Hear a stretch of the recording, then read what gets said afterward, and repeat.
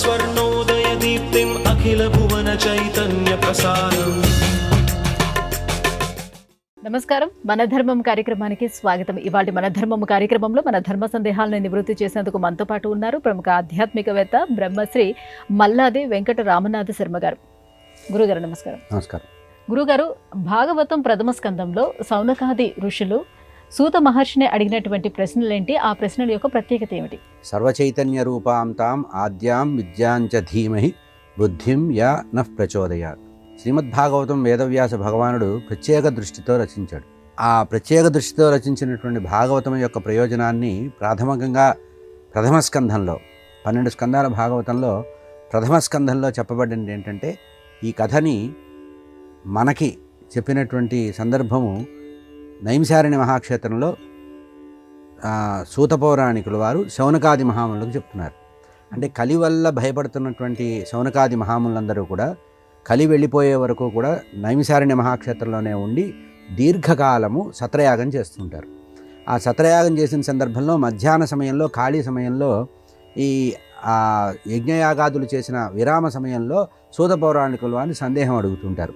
ఆ సందేహం అడుగుతూ వాళ్ళు ఏమన్నారంటే, అయ్యా ఇప్పుడు ప్రస్తుతం కలియుగం వస్తోంది, ఈ కలియుగంలో జీవులందరూ కూడా కలి వల్ల భయపడుతూ ఉంటారు. అట్లా కలి యొక్క భయం పోగొట్టాలంటే, కలి భయం పోవాలంటే ఏది వింటే కలి భయం పోతుందో చెప్పమంటే అప్పుడు భాగవతాన్ని చెప్తూ ఉంటారు. అప్పుడు భాగవతాన్ని చెబుతానని సూత పౌరాణికులు వారు చెప్తే వీరు 6 ప్రశ్నలు వేశారు. మొత్తం 6 యొక్క సారాంశమే 12 స్కంధాల భాగవతం. మొట్టమొదట అడిగింది ఏమిటంటే, పురుషార్థాలు 4 ఉన్నాయి కదా, ఏది ఉత్తమ పురుషార్థము, ఏ పురుషార్థం మానవుణ్ణి తరింపజేస్తుంది అంటే ధర్మార్థ కామ మోక్షాలు అనేటువంటి 4 పురుషార్థాలు ఉన్నాయి. ఈ 4 పురుషార్థాల్లో ఏ పురుషార్థం ఉత్తమ పురుషార్థముగా చెప్పబడింది అంటే ఆ కథని చెబుతూ మోక్షానికి ఉపయోగపడేటువంటి కథని చెప్పారు. భాగవతంలో మోక్షం పొందినటువంటి కథలన్నీ కూడా మోక్ష పురుషార్థం. ఇక రెండవది ఏమిటంటే, జీవుడు ఉద్ధరించబడాలంటే ఏ మార్గంలో జీవుడు ఉద్ధరించబడతాడో అనేది రెండవ ప్రశ్న. దానికే జ్ఞానానికి సంబంధించినటువంటి కథలన్నీ చెప్పబడ్డాయి. ఇక మూడవ కథ ఏమిటంటే, భగవంతుడి యొక్క అవతారాలు ఎన్ని, ఏకవింశతి అవతారాలు వివరించారు, అదే భగవంతుడి యొక్క అవతారాలు ఎన్ని. 4వ ప్రశ్న ఏం వేశారంటే, అయ్యా ఇన్ని కుటుంబాలు ఇన్ని వంశాలుంటే పరమాత్మ దేవకీ వసుదేవులకే ఎందుకు కుమారుడుగా జన్మించాడు? ఎక్కడైనా పుట్టచ్చు కదా, మరి దేవకీ వసుదేవులకి ఎందుకు పుట్టాడు అంటే చెరసాల్లో పుట్టాడు కదా ఆయన. రామచంద్రమూర్తి ఏమో దశరథ మహారాజుకు పుట్టాడు, కౌసల్యాదేవికి. మరి అంతకంటే పెద్ద అవతారం అన్నారు కదా, కృష్ణ పరమాత్మ పరిపూర్ణ అవతారం అన్నారు, ఆయన దేవకీ వసుదేవులకు ఎందుకు జన్మించాడు అనేటువంటి ప్రశ్న వేశాడు. తర్వాత భగవంతుడి యొక్క విభూతులు ఏమిటి, భగవంతుడి యొక్క వైభవం ఏమిటో లీలలు చెప్పమన్నాడు. భగవంతుడి యొక్క లీలలు మనకి దశమ స్కంధంలో భగవంతుడి యొక్క లీలలు. చివరిగా ప్రశ్న 6వ ప్రశ్న ఏం వేశాడంటే, అయ్యా కృష్ణ పరమాత్మ భూమి మీద 125 సంవత్సరాలు ఉండి ఆ తర్వాత అవతార సమాప్తి చెంది వైకుంఠానికి వెళ్ళారన్నారు. కృష్ణ పరమాత్మ అవతార సమాప్తి అయిన తర్వాత ధర్మము ఎక్కడికి వెళ్ళింది, ఈ విషయం చెప్పమన్నాడు. ఈ 6 ప్రశ్నలు కూడా శౌనకాది మహాములు నైమిసారణ్య మహాక్షేత్రంలో సూత పౌరాణికుల వారిని అడిగినట్టుగా భాగవత ప్రథమ స్కంధంలో ఉన్నది. వీటికి విపులమైనటువంటి సమాధానమే 12 స్కంధాలు 18,000 శ్లోకాలతో భాగవతంలో వర్ణించినటువంటి విషయం. గురువుగారు, ఇంద్రుడి అహంకారానికి శ్రీకృష్ణుడు గోవర్ధనగిరిని ధరించటానికి ఉన్న సంబంధం ఏమిటి? శ్రీమద్భాగవతంలో ప్రధానమైనటువంటిది 10వ స్కంధం, దశమ స్కంధం. ఇందులో కృష్ణ పరమాత్మ యొక్క అవతార లీలా విలాసాలు చెప్పారు. మధురా నగరంలో పుట్టినటువంటి పరమాత్మ ఆ నందగోకులానికి వెళ్ళి ఆ తర్వాత బృందావనంలో ఉన్నారు. ఆ బృందావనంలో జరిగినటువంటి లీలనే ఈ గోవర్ధనోద్ధరణము అనేటువంటి లీల. దీనికి ప్రాథమికంగా ఏం జరిగిందంటే, ఆ యాదవులందరూ కూడా ప్రతి సంవత్సరం కూడా వర్షాకాలానికి ముందు ఇంద్రయాగం అనేటువంటి యాగం చేసేవాళ్ళు. ఇంద్రయాగం, ఇంద్రదేవుణ్ణి పూజించేవాళ్ళు. ఆ ఇంద్రుడిని పూజించడం వల్ల ఆయన వర్షం కురిపిస్తాడు. వర్షం కురిపిస్తే పశువులకి మేత దొరుకుతుంది, పొలాల్లో పంటలు పండుతాయి, జీవులందరికీ కూడా తాగడానికి నీళ్ళు వస్తాయి. జీవాధారము అంటారు నీరు. కనుక నీరు అంటే వరుణదేవుడు ఇంద్రుడి యొక్క అష్టదిక్పాలకులు ఇంద్రుడి యొక్క అధీనంలో ఉంటారు. అట్లా వరుణదేవుడు కూడా ఒక ఇంద్రుడి యొక్క అధీనంలో ఉన్నాడు. కనుక ఇంద్రుడిని కనుక మనం మంచి చేసుకుంటే వర్షాలు పడతాయి అనేటువంటి ప్రాచీన పరంపరలో ఉండే నమ్మకం ప్రకారం వాళ్ళందరూ కూడా ఇంద్రయాగం చేయడానికి ఏర్పాట్లు చేసుకుంటూ ఉంటారు. కృష్ణ పరమాత్మ బృందావనంలో పశువులన్నింటినీ మేపి తీసుకొని ఇంటికి వస్తుంటాడు. ఇంటికి వచ్చేటప్పటికి ఇంటి ముందు పెద్ద సభ జరుగుతూ ఉంటుంది. ఓ పక్క ఆహార పదార్థాలు, బియ్యము, పప్పు, ఉప్పు, బెల్లము, కట్టెలు, నెయ్యి అన్నీ పెట్టున్నాయి, వరుసగా అడుగుల మీద పెట్టున్నాయి. ఓ పక్కన యాదవులందరూ కూర్చొని సమావేశమయ్యారు. ఆ యాదవులందరికీ పెద్దవాడైన నందమహారాజు వాళ్ళందరూ కూర్చొని మాట్లాడుతున్నారు. ఈ వచ్చినటువంటి 5 సంవత్సరాల కృష్ణుడు కృష్ణ పరమాత్మ తండ్రి ఒళ్ళో వచ్చి కూర్చొని, నందమహారాజు ఒళ్ళో కూర్చొని, నాన్నగారు ఏమిటి ఇదంతా, ఇన్ని పదార్థాలు తెచ్చి ఎందుకు పెట్టారు ఇక్కడ, ఈ సమావేశం ఎందుకు జరుగుతోంది అని అడిగాడు. ఏం లేదు నాయన, ఇంద్రభగవానుని పూజించడం అనేది మాకు సంప్రదాయంలో ఉన్నది. మన నందగోకులంలో బృందావనంలో ఇంద్రుడి యొక్క గౌరవార్థం ఇంద్రయాగం చేస్తాం, రేపో ఎల్లుండో చేద్దామని చెప్పి సమావేశం ఏర్పాటు చేద్దామని. ఇంద్రుడిని పూజిస్తే ఏమొస్తుంది అని అడిగాడు 5 సంవత్సరాల కృష్ణ పరమాత్మ. నాయన, ఇంద్రుడు మొత్తము అన్ని ముల్లోకాలకి అధిపతి, అంతేకాకుండా అష్టదిక్పాలకులు కూడా ఆయనే అధిపతి. ఇంద్రుడి వశంలో ఉండేటువంటి వరుణదేవుణ్ణి ప్రసన్నం చేసుకోవాలంటే ఇంద్రుడి ద్వారా వయ్యా వెళ్ళాలి, అందుకని చేస్తున్నామని అంటే ఆయన ఏమన్నారు, కృష్ణ పరమాత్మ వెంటనే నందమహారాజుని అడిగాడు, మరి ఇంద్రుడి కోపం వస్తే వర్షాలు పడవా అని. పడవునైనా అన్నారు. అట్లా కోపం వస్తే వర్షాలు కురిపించని వాడు ఆయనేం దేవుడు అవుతాడు అని చెప్పి, లేదు జీవులందరినీ తృప్తిపరచాలి అని కర్మయోగం గురించి చెప్పాడండి. 5 సంవత్సరాల కృష్ణ పరమాత్మ ఆ నందమహారాజుకు, యాదవులందరికీ కూడా జీవులందరూ కూడా కర్మ చెయ్యాలి, ఎవడి డ్యూటీ వాడు చెయ్యాలి. అట్లా భగవంతుడైనటువంటి ఇంద్రుడికి కూడా వాడి డ్యూటీ వాడికి ఉంది. ఇంద్రుడికి కూడా తాను చేయవలసిన డ్యూటీ ఏమిటంటే జీవులందరికీ కూడా సకాలంలో నీరు అందించవలసిన బాధ్యత ఉంది. బ్రాహ్మణులు యజ్ఞాలు చేయాలి, మనము సంపదనంతా సృష్టించాలి, మనకుండే ధర్మం. కనుక మనము చేయవలసిన పని, వేరే వాళ్ళు చేయవలసిన పనిని మన స్వధర్మంలో వదిలిపెట్టడం దేనికి, ఇది తప్పు, నా దృష్టిలో ఇట్లా అనిపిస్తోంది. అయినా మనం ఏదో లంచం ఇస్తేనే పని చేసేవాడు దేవుడు ఎందుకు అవుతాడు అని ఇంద్రుడి గురించి మాట్లాడతాడు. ఇది ఎందుకు మాట్లాడాడంటే, కృష్ణ పరమాత్మ గమనించాడు, ఇంద్రుడికి గర్వం వచ్చిందిట. ఏది, నేను కర్మాధికారిని, జీవులందరూ కర్మ చేస్తే ఆ కర్మ ఫలితాన్ని నేను వీళ్ళందరికీ ఇస్తాను, నేను లేనిది ప్రపంచం లేదు, ఏదో పంచాంగం చింపేస్తే తేదీలు ఆగుతాయా అంటారు చూసారా, అట్లా ఇంద్రుడికి కలిగిన గర్వాన్ని పోగొట్టడానికి కృష్ణ పరమాత్మ ఈ వ్యూహం వేశాడు. అంతేగాని ఇంద్రుడి మీద కోపం కాదు, కర్మ సిద్ధాంతం మీద కృష్ణ పరమాత్మ కోపం కాదు. అంటే యజ్ఞయాగాదులు చెయ్యొద్దు అని కృష్ణుడు చెప్పలా, ఎవరి పని వాళ్ళు చెయ్యాలి అని. కానీ అంటే మనం కర్మని నమ్ముకోవాలి, కర్మ అంటే కృషిని నమ్ముకోవాలి అని చెప్పారు. దానికోసం అని చెప్పి కృష్ణ పరమాత్మ చెబితే అందరూ బాగుందని చెప్పి అప్పుడు మర్నాడు గోవర్ధనార్ పర్వతాన్ని పూజించమన్నాడు. ఈయన ఏం చెప్పాడంటే, కనబడని ఇంద్రుడి గురించి పూజించడం ఏంటి, ఎదురుగా కనబడే గోవర్ధన పర్వతం, మనకి తిండి పెట్టేది గోవర్ధన పర్వతమే. మనని ఎవరైతే పరోక్షంగా పోషిస్తోందో, మనని మన పశువుల్ని పోషించేది ఎవరు, గోవర్ధన పర్వతం. మనకు కావాల్సినటువంటి చక్కటి పళ్ళు ఇస్తోంది, అంతేకాకుండా కట్టెలిస్తోంది, ఇంకా పూలు ఇస్తోంది, పశువులకు కావాల్సిన మేతనిస్తోంది గోవర్ధన పర్వతం. కనుక కనపడని ఇంద్రుడిని పూజించడం కంటే కనపడేటువంటి గోవర్ధన పర్వతం పూజించండి. అందరూ కూడా పశువులకి ఆహారం పెట్టండి, పశువుల్ని బాగా అలంకరించండి, దానం చేయండి, యజ్ఞయాగాదులు చేసేటువంటి వారికి యజ్ఞ సామగ్రిని ఇవ్వండి, మీరందరూ కూడా పెద్ద విందు చేసుకోండి అని చెప్పి చివరికి ఆ గోవర్ధన పర్వతానికి ఆహారం నివేదన చేయండి, తింటుంది అన్నారు. అప్పుడు వీళ్ళు యాదవులు అడిగారు, ఏమడిగారంటే, పర్వతం తింటుందా అని. మీకెందుకు, పెట్టండి తింటుందన్నారు. మర్నాడు పొద్దున అన్నరాశిని పెద్దగా పోసి, పెద్దగా అన్నం కుప్ప పర్వతంలాగా గోవర్ధన పర్వతానికి సమానంగా అన్నాన్ని ఎదురుగా పెట్టి, మన వాళ్ళు జాతరలో చేస్తుంటారే అన్నరాశిని పెట్టి ఆ పశువులందరికీ ఆహారం పెట్టి, ఆ తర్వాత గోవర్ధన పర్వతానికి ప్రదక్షిణ చేయించి నైవేద్యం పెట్టండి అన్నారు. అప్పుడు వీళ్ళందరూ అడిగారు, మరి కృష్ణ గోవర్ధన పర్వతం తినాలి కదా అంటే, అప్పుడు పరమాత్మ 2 అడుగులు వెనక్కి వేసి ఆ గోవర్ధన పర్వతం రూపంలో తాను వెళ్ళి ఈ ఆహారాన్ని అంతా తాను తిన్నట్టుగా గోవర్ధన పర్వతం ఉంది. ఇది కోపం వచ్చినటువంటి ఇంద్రుడు ఏం చేశాడంటే, 7 రోజులు రాత్రింబగళ్ళు వర్షం కురిపించాడు. ఆ వర్షం కురిపిస్తే నందగోకులము బృందావనం అంతా కూడా జలమయం అయిపోయింది. అప్పుడు బాధపడ్డారు అందరూ. అప్పుడు కృష్ణ పరమాత్మ ఉండి, నిన్నగాక మొన్న మనం గోవర్ధన పర్వతాన్ని పూజించాం, ఆ గోవర్ధన పర్వతమే మిమ్మల్ని రక్షిస్తుందని చెప్పి ఎడమ చేయి చిటిక వేలితో గోవర్ధన పర్వతాన్ని ఎత్తి, కుడి కాలు ఎడమవైపు, ఎడమ కాలు కుడివైపు పెట్టి గోవర్ధన గిరిధారి అయినటువంటి పరమాత్మ 7 రోజులు రాత్రింబగళ్ళు ఆ గోవర్ధన పర్వతాన్ని మోశారు. మోసి దాని కింద వాళ్ళందరినీ ఉండమని, వర్షం తగ్గిన తర్వాత ఆ వరుణదేవుడు ఇంద్రుడు అలిసిపోయి వర్షాన్ని ఇంకా కురిపించలేకపోతే నో స్టాక్ బోర్డు పెట్టారు వాళ్ళు.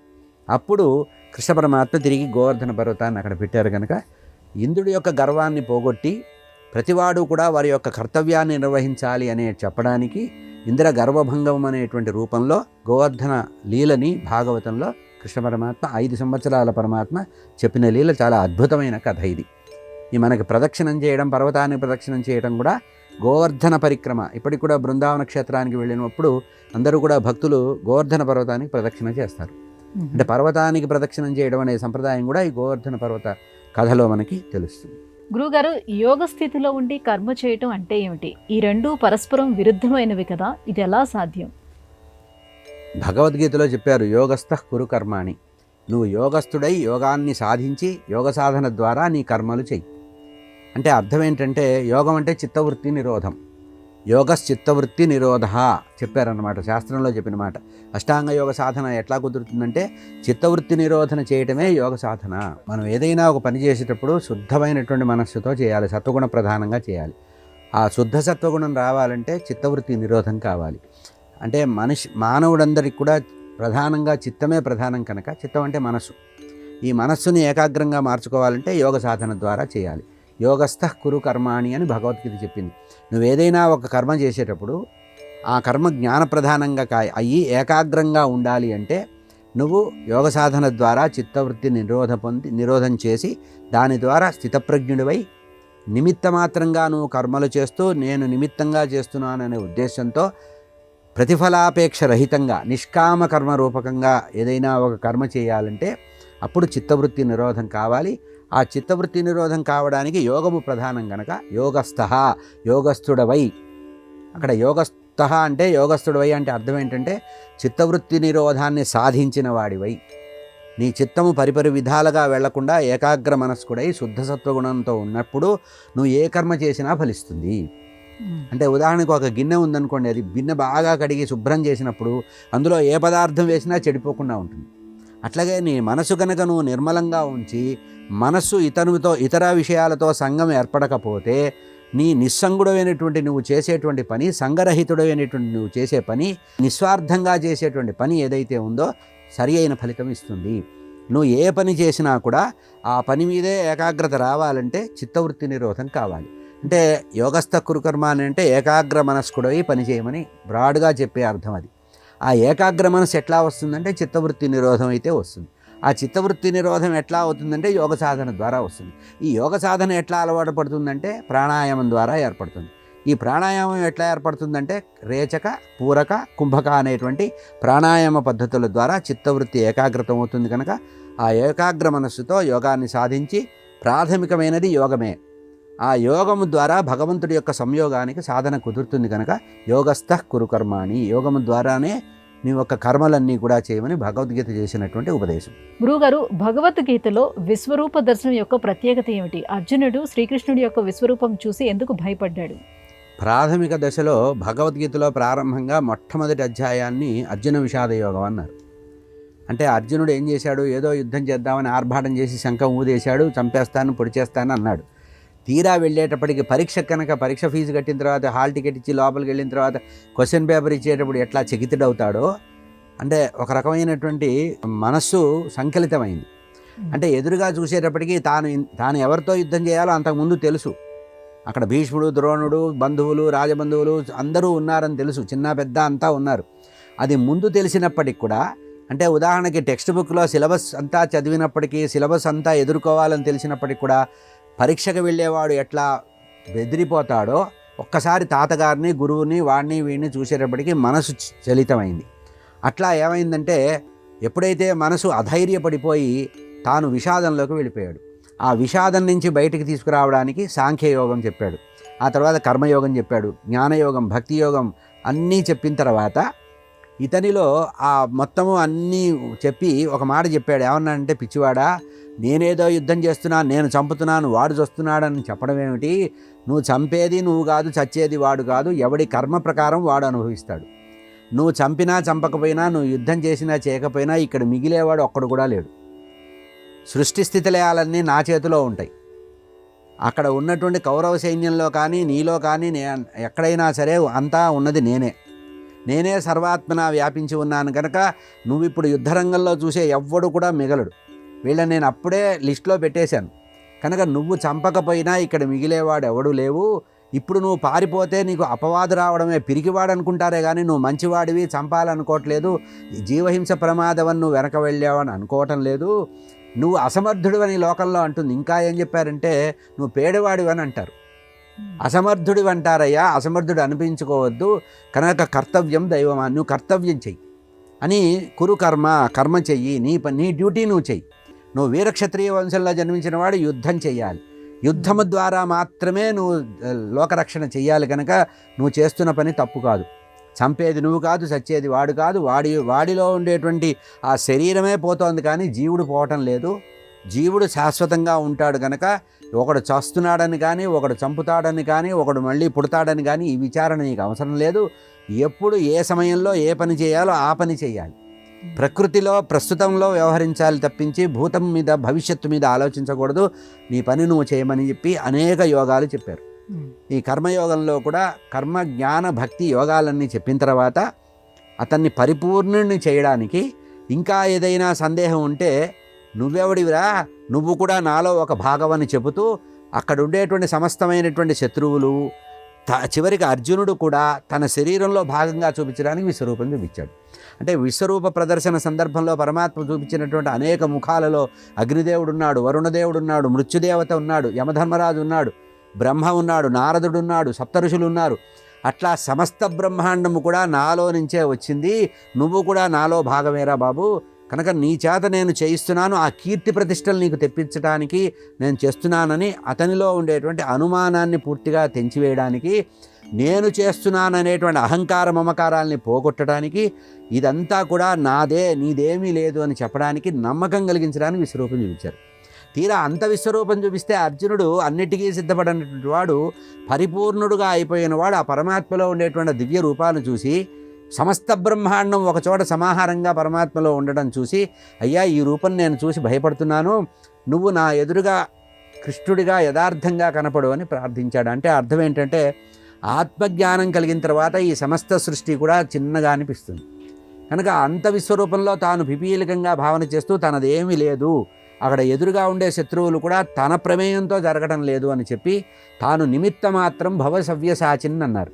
విశ్వరూపం చూపించడానికి ముందు అన్నమాట ఏంటంటే నిమిత్త మాత్రం భవ సవ్యసాచి. ఓ సవ్యసాచి అర్జున, నువ్వు నామకే వాస్తవ గాడిరా, నీదేమీ లేదు, నువ్వు నిమిత్త మాత్రం, నువ్వు యుద్ధం చేసినా చేయకపోయినా ఇక్కడ జరిగేది అదే, కానీ ఈ యుద్ధంలో విజయుడు అనేటువంటి మాట నీకు రావాలి అని నేను తపన పడుతున్నాను, నా తపనని సార్థకం చేయమని ఆ విశ్వరూపం చూపించడంలో సమస్త బ్రహ్మాండము నేనే, నిన్న రేపు ఈరోజు అనేటువంటి భూత భవిష్యత్ వర్తమాన కాలాతీతంగా, లోకాతీతంగా, భావాతీతంగా అచించుడు అనంతుడయి నేనున్నాను అని చెప్పడానికి, సమస్తము తానే అని చెప్పడానికి విశ్వరూపం ద్వారా, విశ్వమే తానుగా రూపం ధరించాడు కనుక అది విశ్వరూపం. అంటే సమస్త బ్రహ్మాండము తానే, తనకి అవతల లేదు, భగవంతుడి కంటే అవతల ఇంకోటి లేదు, తురీయమైనటువంటిది భగవంతుడే అని చెప్పడానికి ఈ విశ్వరూప సందర్శనం అనేటువంటి యోగము, ఇది కూడా ఒక యోగమే. ఆ యోగం చూపించి పరమాత్మ అర్జునుడిని ధన్యత చేశాడు. ఇదే రూపాన్ని ఎక్కడో కూర్చున్న గుడిరాజు అనేటువంటి ధృతరాష్ట్రుడు కూడా చూడగలిగాడు. ఇది విశ్వరూప సందర్శనం. అంటే మనలో ఉండే అజ్ఞానం పోగొట్టడానికి ఉపయోగించేటువంటి సాధనం ఇది. భగవంతుడు చిన్నప్పుడు యశోదాదేవికి చూపించాడు, రాయబార సందర్భంలో కౌరవ సభలో చూపించాడు, మళ్ళీ ఇక్కడ యుద్ధభూమిలో అర్జునుడికి చూపించి ధన్యుడిని చేశాడు. ఇది విశ్వరూప సందర్శనం. గురుగారు, భాగవతంలో ప్రహ్లాద చరిత్ర ఎటువంటి భక్తి తత్వాన్ని తెలియజేస్తుంది? హిరణ్యకశిపుడికి విష్ణుమూర్తి ఎలా శత్రువయ్యాడు? మొదలే అనుకున్నట్టుగా కార్యకారణ సంబంధాలు ఉంటాయి ప్రతి చోట కూడా. తన తమ్ముడైనటువంటి హిరణ్యాక్షుడిని చంపిన కారణంగా విష్ణుమూర్తి వరాహ అవతారం ఎత్తి, యజ్ఞవరాహస్వామిగా విష్ణుమూర్తి అవతారం ఎత్తి, ఆ సమయంలో విష్ణుమూర్తి తన తమ్ముడైనటువంటి ఆ హిరణ్యాక్షుడిని సంహరించాడు కనుక పగబట్టి ఆ విష్ణుమూర్తి ఎక్కడున్నాడని వెతుక్కుంటూ లోకాలన్నీ తిరిగాట. చివరికి ఎంత దూరం వెళ్ళాడంటే వైకుంఠానికి కూడా వెళ్ళాట. ఎవరు? హిరణ్యకశిపుడు. అంటే వైరం రావడానికి కారణం, మొట్టమొదటి కారణం తన తమ్ముడిని చంపినందుకు. రెండవసారి ఏంటంటే అన్ని లోకాలకు వెళ్ళొచ్చాడు, మహామాయావి అయినటువంటి విష్ణుమూర్తి ఎక్కడా లేడు అని ప్రకటించాడు. ఆ విష్ణుమూర్తి కూడా ఏమనుకున్నట్ట, వీడిని ఇప్పుడు చంపాలంటే వీడైనా తప్పు చేయాలి, తప్పు చేయందే భగవంతుడు కూడా శిక్షించడం చెప్పడానికి ఈ కథ చెప్తారు. చివరికి ఏం చేశాట, అతని యొక్క నాసికారంధ్రంలో నుంచి దూరి విష్ణుమూర్తి అతని యొక్క హృదయంలో ఉండిపోయాట, గర్భస్థంగా ఉన్నట్ట. అటువంటి హిరణ్యకశిపుడు ఆ విష్ణుమూర్తి మీద పగ సాధించడానికి తపస్సు చేసి 2000 సంవత్సరాలు భయంకర క్రూరమైన తపస్సుట. అది భయంకరం కూడా కాదు, క్రూరమైన తపస్సు అన్నారు. అంటే శరీరాన్ని శిథిలం చేసేసుకొని ఎముకల గూడు మాత్రమే మిగిలి బ్రహ్మగారి వల్ల వరం పొందాడు. ఏది, ఎవరితోనూ తనకి మరణం రాకూడదు అనేటువంటి భ్రమ కలిగి, అసలు మరణమే రాకూడదంటే బ్రహ్మగారు అన్నట్ట, పిచ్చివాడా నాకు కూడా మరణం అనేది ఒకటి ఉందిరా, కనుక మరణం ఎట్లా రాకూడదో కోరుకోమంటే అప్పుడు ఆయన అడిగాడు. ఇంట్లో చావకూడదు, బయట చావకూడదు, పగలు చావకూడదు, రాత్రి చావకూడదు, అనేక రకాలుగా కోరి చివరికి ఆ తపస్సు వరాలు పొందాడు. నీకు వీటి వల్ల, నువ్వు కోరుకున్న దేనివల్ల నీకు మరణం రాదురా బాబు, అన్యత్రా వస్తుందని చెప్పి బ్రహ్మగారు మాయమయ్యాడు. అన్ని వరాలతో వచ్చేసాడు, తిరిగి వచ్చాడు. అట్లా వచ్చినటువంటి హిరణ్యకశిపుడికి 4 సంతానం కలిగారు. అందులో ప్రహ్లాదుడు ఒక భక్తుడు. ఈ కథ ద్వారా మనం తెలుసుకోవాల్సింది ఏంటంటే, దీంట్లో విపరీతమైన అర్థాలు తీసేవాళ్ళు కూడా ఉన్నారు. ఒక్కటేంటంటే, భగవంతుడి అనుగ్రహం మనకు వచ్చినప్పటికి కూడా విపరీత భావాలుండి మనకు సంపద వచ్చినా, కీర్తి ప్రతిష్టలు వచ్చినా, పదవులు వచ్చినా అహంకరించిన వాడు పతనం అవుతాడు. హిరణ్యకశిపుడు నిజంగా అన్ని వరాలు పొందినప్పుడు ప్రశాంతంగా జీవించి ఉండే సమస్య వచ్చేది కాదు. తనకు వచ్చినటువంటి ఆ వరప్రభావాన్ని అహంకారంగా కలిగి దేవతలందరినీ హింసించడం, జీవులందరినీ హింసించడం ప్రారంభించాడు. అంతేకాకుండా విష్ణు ద్వేషాన్ని పెట్టుకున్నాడు. తన తమ్ముడిని చంపినందుకు విష్ణుమూర్తి మీద ద్వేషం పెట్టుకొని అసలు విష్ణుమూర్తి లేడు అనుకున్నాడు. ప్రజలందరికీ ఏ చాటింపు వేశాటంటే, మీరు ఎప్పుడైనా పూజ చేయదలుచుకుంటే నారాయణమూర్తినో ఇంద్రుడినో ఎవరినో పూజించొద్దు, హిరణ్యకశపవే నమః అని తన పేరు మీద స్తోత్రాలు రాసుకున్నట్టు. తన పేరు మీదే స్తోత్రాలు రాసిన అష్టోత్తరాలు, సహస్రనామాలు కూడా తన పేరు మీదే రాయించుకున్నట్టు. అంత అహంకరించి ఉంటే అతని గర్భంలో పరమాత్మ యొక్క ప్రభావం వల్ల సనక సనందన సనత్కుమార సనత్సుజాతులు అనేటువంటి వాళ్ళల్లో సనత్కుమారుల వారే హిరణ్యకశిపుడికి కొడుకుగా పుట్టాడు. ప్రహ్లాదుడు ఎవరంటే సనత్కుమారుల వారు. అట్లా పరమభాగవతోత్తముడైనటువంటి వాడు హిరణ్యకశిపుడి కుమారుడిగా కలిగాడు. ఇతను పుట్టుకతోనే, అంటే విష్ణుమూర్తి యొక్క భక్తుడు కదా, అతను విష్ణుభక్తితో ఉన్నాడు.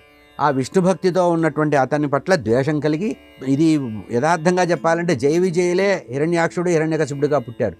ఈ 2 రకాలుగా ఆలోచించాలి. వైరభక్తి అన్నారు దీన్ని. అంటే భగవంతుడిని ద్వేషించి భగవంతుడిని చేరడానికి చేసే ప్రయత్నంగా ఒక పార్శ్వంలో చూడాలి.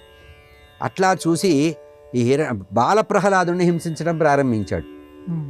అంటే బాలప్రహ్లాదుని హింసిస్తే కానీ విష్ణుమూర్తి రాడు అనేటువంటి ఒక జ్ఞానం, అది సెకండ్ సెన్స్లో. ఇక్కడ వర్తమానంలో ఏంటంటే, విష్ణుమూర్తిని ఎవరు పూజిస్తే వాళ్ళని అలా ద్వేషించడం. సరే, పిల్లవాడిని గురుకులంలో వేశాడు, చదివించాడు, పిలిచాడు, మనకందరికీ తెలిసిన కథే. అట్లా పిలిచి విష్ణుమూర్తిని ఇతను స్తోత్రం చేయడం వల్ల కోపం వచ్చి హిరణ్యకశిపుడు, నాయనా మీ విష్ణుమూర్తి ఎక్కడున్నాడో చూపించరా, చూపించకపోతే నీ తలకాయ తీస్తా అన్నాడు. అంతవరకు ఊరుకున్న విష్ణుమూర్తి తన భక్తుడైనటువంటి ప్రహ్లాదుడికి ప్రమాదం కలుగుతుందేమో అని అప్పుడు స్తంభంలో నుంచి వచ్చాడు. ఈ కథ ద్వారా తెలుసుకోవాల్సింది ఏంటంటే, ప్రహ్లాదుడు తండ్రిని ద్వేషించాడు, తండ్రి మరణానికి కారణమయ్యాడు అనేటువంటి విపరీత భావాలు రాకూడదు. తండ్రిని తరింపజేయాలనుకున్నాడు, తండ్రిలో మార్పు తీసుకురావాలనుకున్నాడు. ఎక్కడున్నాడు రా విష్ణుమూర్తి అంటే ఎక్కడ లేడని ప్రశ్నించాడు. ఇందుగలడు అందులేడను సందేహం వలదు, చక్రి సర్వోపగతుడు ఎందెందు వెదికిన అందందేయగలడు. ఇక్కడ అక్కడ వెతకడం ఏంటి, నాకు సర్వత్రా కనబడుతున్నాడు, నీకు మాత్రమే పరిమితంగా కనబడుతున్నాడు, నాకు సర్వత్రా పరమాత్మ ఉన్నాడు అని. అంటే జ్ఞాని అయిన వాడుకు పరమాత్మ సర్వత్రా ఉంటాడు అనే విషయాన్ని, వివేకాన్ని చూపించాడు. ఇంకోటి కూడా ఉంది, ప్రశ్న సమాధానం భాగవతంలోనే ఉంటుంది. గజేంద్ర మోక్షంలో ఉంది. ఇది మొసలి పట్టుకున్నప్పుడు గజేంద్రుడు అన్నాడు, కలడందురు దీనులేడ కలడందురు పరమయోగి గణముల పాలెన్. కలడండను వాడు కలడో లేడో. దేవుడున్నాడని 10 మంది చెప్పారు, చెప్పగా విన్నాను, అసలు ఉన్నాడనేవాడు ఉన్నాడా లేడా అని అక్కడ ప్రశ్నించాడు. ఇక్కడ హిరణ్యకశిపుడు అడిగిన ప్రశ్నకి సమాధానంగా ప్రహ్లాదుడు చెప్పాడు, ఇందుగలడు అందులేడను సందేహం వలదు. అసలు ఉన్నాడా లేడా అంటవేంటయ్యా, అసలు ఇక్కడ ఉన్నాడు అక్కడ లేదనే కాదు, సర్వత్రా ఉన్నాడు. పరమాత్మ సర్వత్రా ఉన్నాడంటే అతను చిలిపిగా స్తంభంలో ఉన్నాడా అంటే స్తంభంలో కూడా ఎందుకుండడు, అంతటా ఉన్నవాడు స్తంభంలో ఎందుకుండడు అనేటువంటి విషయాన్ని సమాధానం చెప్పాడు. ఆ సమాధాన ప్రభావంగానే ముందు ధ్వని రూపంలో వచ్చారు పరమాత్మ, ఓంకారంగా వచ్చి ఆ తర్వాత చైతన్యంగా వెలుగ్గా వచ్చారు, ఆ తర్వాత హిరణ్యకశిపుని సంహరించారు. ఈ ప్రహ్లాదుడి కథ వల్ల తెలుసుకోవాల్సింది ఏంటంటే, సత్వగుణ ప్రధానంగా ఉండాలి, భగవంతుడి యొక్క రూపాన్ని నామాన్ని నిరంతరము భావన చేయాలి, మనకు చెప్పినటువంటి నవవిధ భక్తి మార్గాల్లో శ్రవణం, కీర్తనం, విష్ణు స్మరణం, పాదసేవనం, అర్చనం, వందనం, దాస్యం, సఖ్యం, ఆత్మనివేదనం అనేటువంటి విషయాన్ని రాక్షస బాలురకి, అంటే రాక్షసులు గురుకులంలో చదువుకునేటువంటి రాక్షసుల పిల్లలందరికీ కూడా ప్రహ్లాదుడు ప్రత్యేకంగా చెప్పినటువంటి సందర్భం కూడా గమనించవచ్చు. కనుక నవవిధ భక్తి మార్గాల్లో ఏదో ఒక మార్గాన్ని ఎంచుకొని భగవంతుణ్ణి చేరడం సులభం. కనుక భక్తి కంటే గొప్పది ఏదీ లేదు అని మనకి భాగవతంలో ఈ ప్రహ్లాదుడి కథ చెప్తుంది. ఇంకొక పార్శ్వం నుంచి రాక్షస కుటుంబంలో పుట్టినవాడు కూడా భగవంతుడి అనుగ్రహం పొందాడు. కనుక మనం అందరూ కూడా భగవంతుడి యొక్క అనుగ్రహం పొందడం చాలా సులభం. భగవంతుడి అనుగ్రహం పొందడానికి వీరి వల్ల అవుతుంది, వీరి వల్ల అవదు కాదు. రాక్షస కుటుంబంలో పుట్టినా, ఎక్కడ పుట్టినా భగవంతుడిని ఏకాగ్రంగా ఎవడైతే భావిస్తాడో, ఏకాంత భక్తుడై ఉంటాడో వాడికి ఇంకోటి కూడా ఉంది, భగవంతుడిని పూజించడానికి వయసుతో ప్రమేయం లేదు. ప్రహ్లాదుడి కథలో 5 ఏళ్ల పిల్లవాడే, 5 ఏళ్ల పిల్లవాడు కూడా మహాజ్ఞాన సంపన్నుడై భగవంతుడి యొక్క భక్తుల్లో మొట్టమొదటి వాడిగా పిలువబడ్డాడు. కనుక భగవంతుడిని చేరటానికి కులము కానీ, లింగము కానీ, ప్రాంతము కానీ భేదాలు లేవు. మానవుడైనా రాక్షసుడైనా భగవంతుడిని చేరడం సులభం. భగవంతుడిని చేరడానికి సులభమైన మార్గం ఏంటి? శ్రవణము. తల్లి గర్భంలో ఉన్నప్పుడే నారదుడు తల్లికి చెప్తున్నటువంటి భగవంతుడి యొక్క లీలలన్నీ విన్నాడు. కనుక ఆ శ్రవణం వల్ల భగవంతుడి యొక్క జ్ఞానం కలిగింది, భగవంతుడిని చేరేటువంటిది వచ్చింది. కనుక చిన్నప్పటి నుంచి భాగవత శ్రవణం, భగవంతుడి యొక్క గుణాలు వినడం చిన్నప్పటి నుంచి పిల్లలకు అలవాటు చేయాలనేది ప్రహ్లాదుడి కథ ద్వారా మనం విశేషంగా తెలుసుకోవచ్చు. ఇది భాగవతంలో అద్భుతమైన ఘట్టం ప్రహ్లాద కథ. గురుగారు, ఇవాటి మన ధర్మం కార్యక్రమంలో మాకు వచ్చినటువంటి ఈ ధర్మ సందేహాలన్నీ కూడా నివృత్తి చేసినందుకు ధన్యవాదాలండి. నమస్కారం. ఇది ఇవాటి మన ధర్మం కార్యక్రమం. రేపు మన ధర్మం కార్యక్రమంలో మళ్ళీ కలుసుకుందాం. నమస్కారం. ఈ కార్యక్రమాన్ని తిరిగి చూడాలనుకుంటే www.youtube.com/@ETV Life Spiritual లో చూడవచ్చు.